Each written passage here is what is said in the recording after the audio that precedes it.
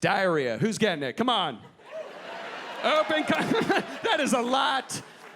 That's a mostly diarrhea audience. Do women get diarrhea? I've lived with women my whole life. I still can't 100% say. They won't just outward tell me. I know women shit. I'm not an idiot. Like, I have the internet. I know women shit. They take huge, wet shits that destroy marriages and end families. You're all gross. You're all terrible people. But I'm asking, do you get the pain? Like the diarrhea, just like me and this dude just get once a week. The normal dude amount of diarrhea. Like once a week, I'll make a crazy panic meal decision at like midnight. I'll have 2 Baconators, just like drop them down my gullet like a pelican, like glump, glump, oh, delicious. And then the next morning, like I'm not trying to be graphic, but I'm like crying, like on the toilet. I'm like, why? Shaky leg, why, God?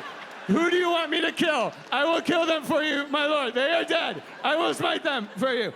I don't know if women are having that level of pain. Like, I've never once in all my 30 years ever heard a woman openly say, I blew out my asshole last night, just shitting blood. Which is a normal thing I'm saying with my guy friends all the time. Guys eat this crazy high-octane, high-nitrate diet, right? Like, that's how all men's food is advertised to you. It's like, it's the man burger. Can you handle it? It's 4 layers of beef with bacon thrown on top, because you. Women don't have that low-level aggression with all their food advertising. Like, do you have enough pussy for all this walnut salad? Yeah, you have enough ovaries for all this yogurt? Which is what I'm dealing with.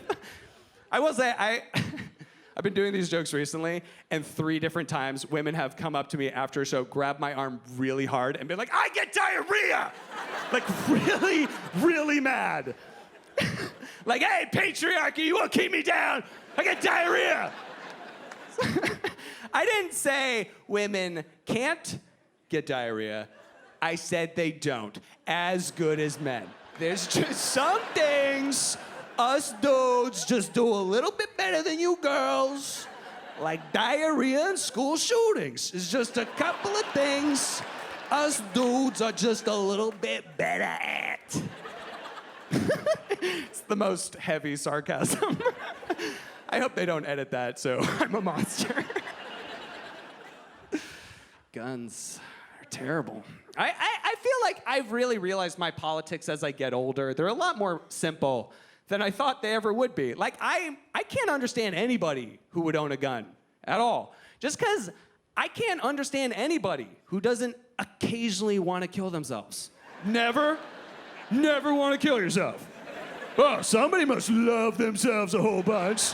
Never want to kill yourself. That's why I don't own a gun. You don't just have once a week where you're like, I can't do it.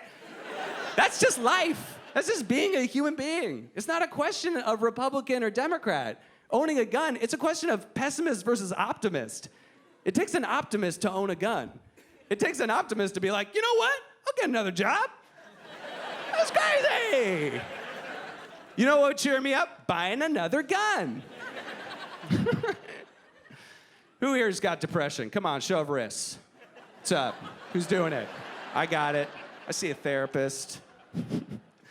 It's fine. I totally endorse, like, everyone should go see a therapist. Everyone should go vent to somebody else. And it's a good process. You go in there, you just cry, and you're done. It's your 1 hour a week. You just go cry, and you're done.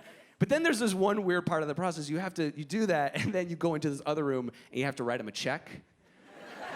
That part to me always makes me just realize I just saw like an emotions prostitute.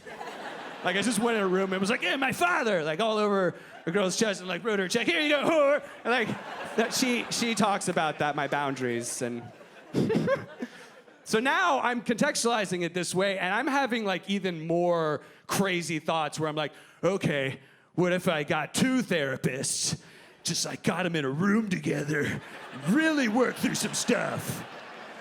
Probably wouldn't work out the way I'm thinking. They'd be like, Hampton, you tend to sexualize a lot of your thoughts. Kind of live in this state of arrested development. I'll be like, okay, now you listen to her thoughts and I'll watch. Okay. That's good closure. Depression is real. You know, it's hard. I was, about 2 years ago, I was 100 pounds heavier.